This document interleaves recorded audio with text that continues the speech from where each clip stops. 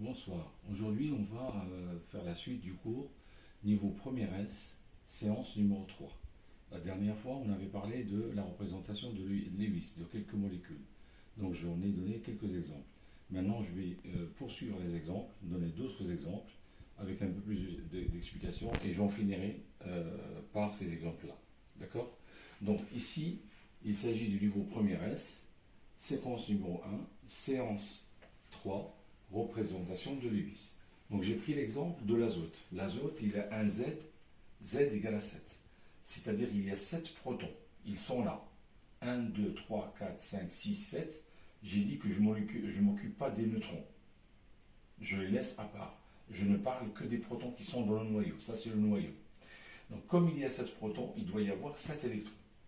Donc voilà les 7 électrons que j'ai répartis selon les couches, selon la règle de la dernière fois. 1, 2, 3, 4, 5, 6, 7. J'ai dit que dans la première couche, il doit y avoir 2 maximum. C'est ce que j'ai fait. J'ai expliqué tout ça la dernière fois. Si je fais abstraction de toutes les couches qui sont à l'intérieur, je ne garde que la couche externe. Donc je vais effacer tout ce qui est à l'intérieur de l'atome et je ne garde que la dernière couche. Sur cette dernière couche, il y a 1, 2, 3, 4, 5. Il y a 5 électrons. Et j'ai dit que pour qu'un atome soit stable, il faut qu'il y ait soit 8 électrons, soit 2 électrons. C'est la règle, 8 électrons, c'est la règle de l'octet. Donc cet atome-là doit chercher 3 autres électrons pour que sa couche externe fasse 8 électrons, pour qu'il soit stable. Donc il faut aller chercher un atome numéro 2. Ça, c'est l'atome numéro 2. Ça, c'est l'atome numéro 1. Et ça, c'est l'atome numéro 2. Donc cet atome numéro 2 doit nous apporter 3 électrons. Donc il doit y avoir une liaison ici, une liaison là, une liaison là. Si bien que là, je vais compter, pour celui-là, je vais compter 1, 2, 3, 4, 5, 6, 7, 8. Donc cet atome-là respecte la règle de l'octet dont on a parlé la dernière fois, c'est-à-dire il sera stable. Il sera stable en s'accouplant avec cet atome. Et ça forme une molécule. Voilà.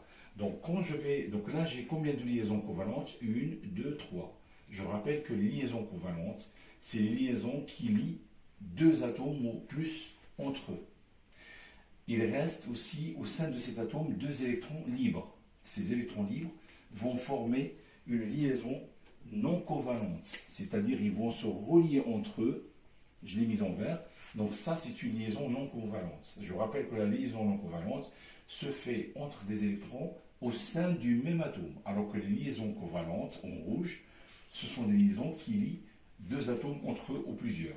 Donc cette représentation-là, je l'écris de cette façon. Ça, c'est l'atome d'azote, je rappelle. Donc Lewis, la représentation de Lewis, c'est celle-là. C'est N, je mets N avec 3 liaisons rouges covalentes, donc je peux les mettre par exemple comme ça et comme ça. Donc ça, c'est les liaisons covalentes. Il y en a 3. 1, 2, 3, 1, 2, 3. Donc, et une liaison non covalente en vert, je vais la mettre comme ça. Voilà. Liaison non covalente, je la mets à part, mais ça, ce sont des liaisons covalentes. Ça veut dire quoi? Je rappelle que là, il y a un électron, là, il y a un électron d'un autre atome. Par exemple, je peux très bien mettre, c'est un exemple, hein, je peux très bien mettre, par exemple, un N ici, N comme ça, avec la liaison non covalente, il ne joue aucun rôle là-dedans. Par contre, les liaisons covalentes vont attirer 3 atomes, un là et un là, d'accord? Imaginons, je peux mettre un H, l'hydrogène ici, sachant que l'hydrogène, il n'a qu'un seul électron, il est là. Ça, c'est l'électron de l'hydrogène qui va le mettre en liaison avec l'électron de l'azote. Je mets un autre H ici, pourquoi pas, et je mets un autre H ici.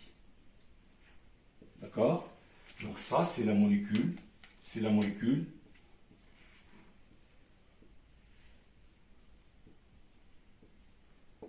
NH3. D'accord? Ça, c'est la molécule NH3. Voilà. Donc sa représentation de Lewis, c'est ça. Avec une liaison non covalente, c'est celle-là. et 3 liaisons covalentes, c'est celle-là, celle-là, celle-là, qui relient à chaque fois 2 électrons, un de cet atome et un de cet atome. Voilà.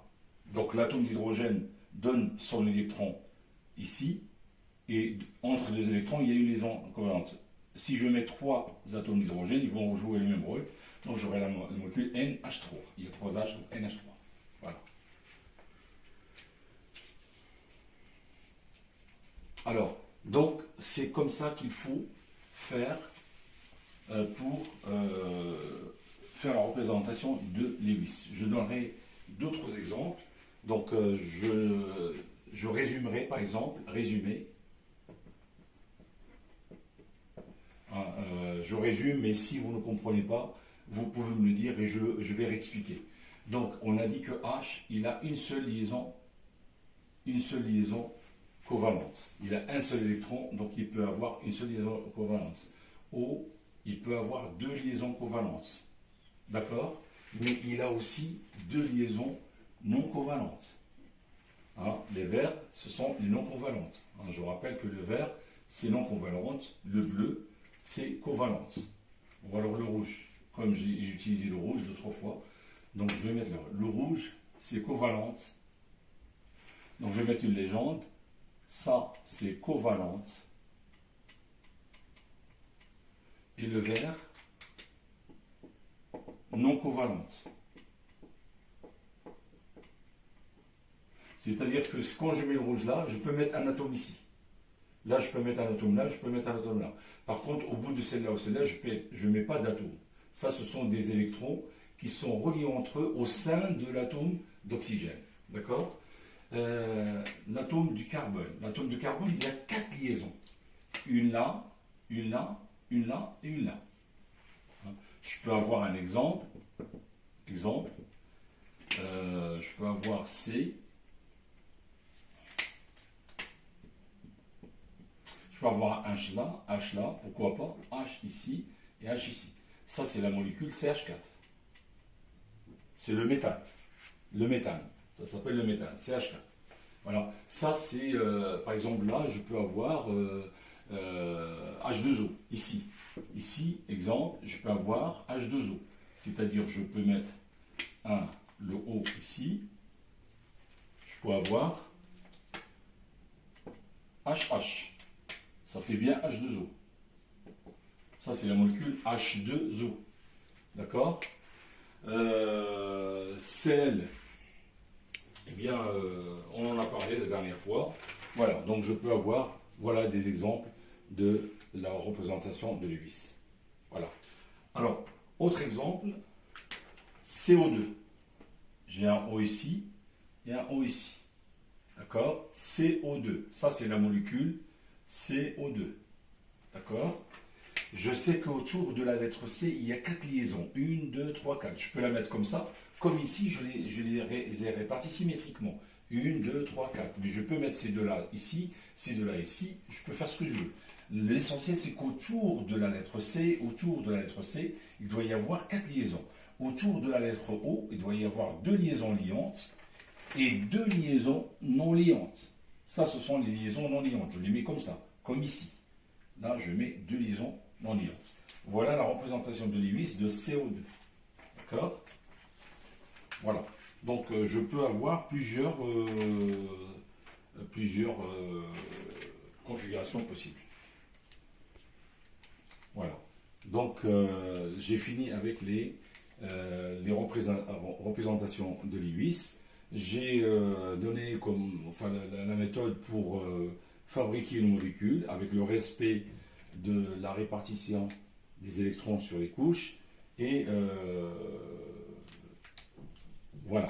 Donc, la prochaine fois, on va parler des dimensions de l'atome. On va rappeler les dimensions de l'atome, la charge de l'atome, la masse des électrons, etc.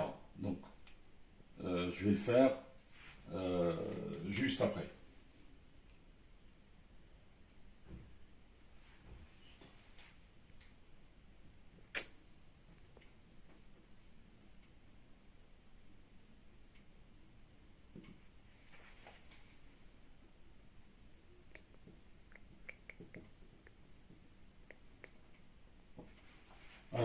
je résume quand même, je donne un résumé sur la charge de l'atome, la masse des électrons, la masse des protons, un peu tout ça, hein. Je finis cette séance par ce rappel qui a été déjà fait en seconde, mais je le fais parce qu'il est très important. Donc, la charge de l'atome est égale à 0 coulomb. 0 coulomb. Je rappelle que ça, c'est le coulomb. L'unité de la charge, 0. L'atome et la charge de l'atome est égale à 0 parce qu'il y a autant de plus que de moins, si bien que les plus et les moins s'annulent. Donc l'atome n'a pas de charge parce que ses charges positives, les protons, et ses charges négatives, les électrons, s'annulent entre eux. Voilà. La charge maintenant, petit b, la charge d'un proton. D'un proton est égale. La charge d'un proton est égale à 1,6 10 puissance moins 19 coulomb. 1,6 fois 10 puissance moins 19 coulomb. Ça, c'est la charge d'un proton. Je rappelle qu'un proton se trouve dans le noyau et est chargé positivement. Maintenant, la charge d'un électron. APC. D'un électron. Alors, vous vous rappelez que la charge d'un proton, c'est l'opposé de la charge d'un électron, puisque les protons sont chargés positivement et les électrons sont chargés négativement. Donc, si ça, c'est la charge d'un proton, la charge d'un électron, logiquement, c'est moins cette valeur-là.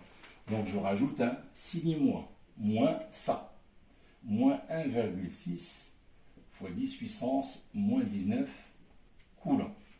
Si bien que quand j'additionne les deux, ça me donne 0 coulomb. C'est ça qui fait que la charge d'un atome est égale à 0, parce qu'il y a autant de protons que d'électrons, et comme ils ont des charges opposées, si je les additionne, ça donne 0. Voilà. Ça, c'est en ce qui concerne la charge la charge d'un neutron.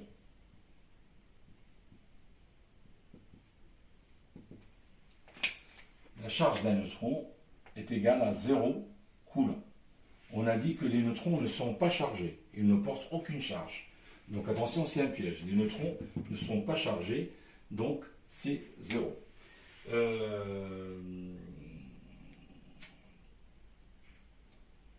Voilà. Donc maintenant, on va parler de la masse. La masse des masses. Donc petit a, la masse d'un électron. D'un électron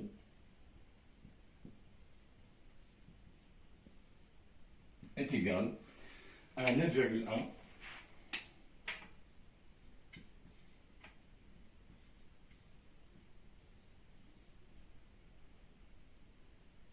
kg. D'accord?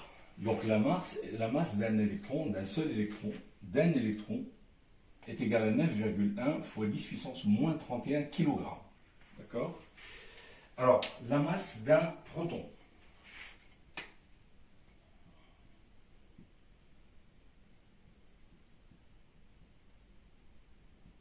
Est égale à 1,673. Je vais écrire le 3 en rouge. Je vais dire pourquoi. Multiplié par 10 puissance moins 27 kg. 10 puissance moins 27 kg. Alors, la charge d'un BC, la charge d'un neutron, c'est pas la charge, la masse, pardon. La masse d'un neutron est égale. Regardez bien ce que je vais écrire. Le même nombre ici, 1,67. Et là, le seul chiffre qui change, c'est ça. Ça, c'est 5. Fois. Alors, 10 puissance moins 27 kg. Pareil. Alors, ce nombre, c'est le même que celui-là, à ce troisième chiffre près. ça c'est 3 et ça c'est 5. Alors grosso modo, c'est 1,67 10 moins 27, 1,67 10 moins 27. Donc là, je déduis que la masse d'un proton est à peu près égale à celle d'un quoi? D'un neutron.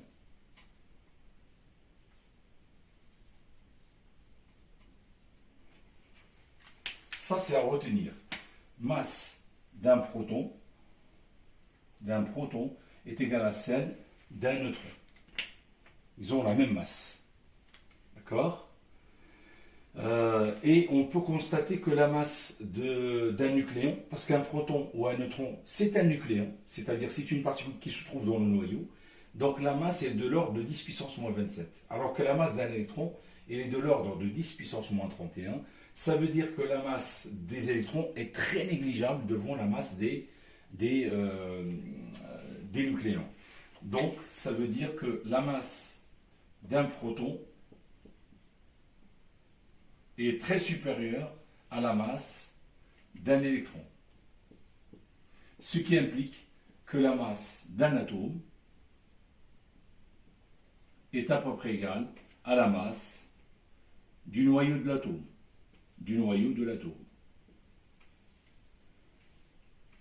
Voilà. Bien sûr, c'est égal à A fois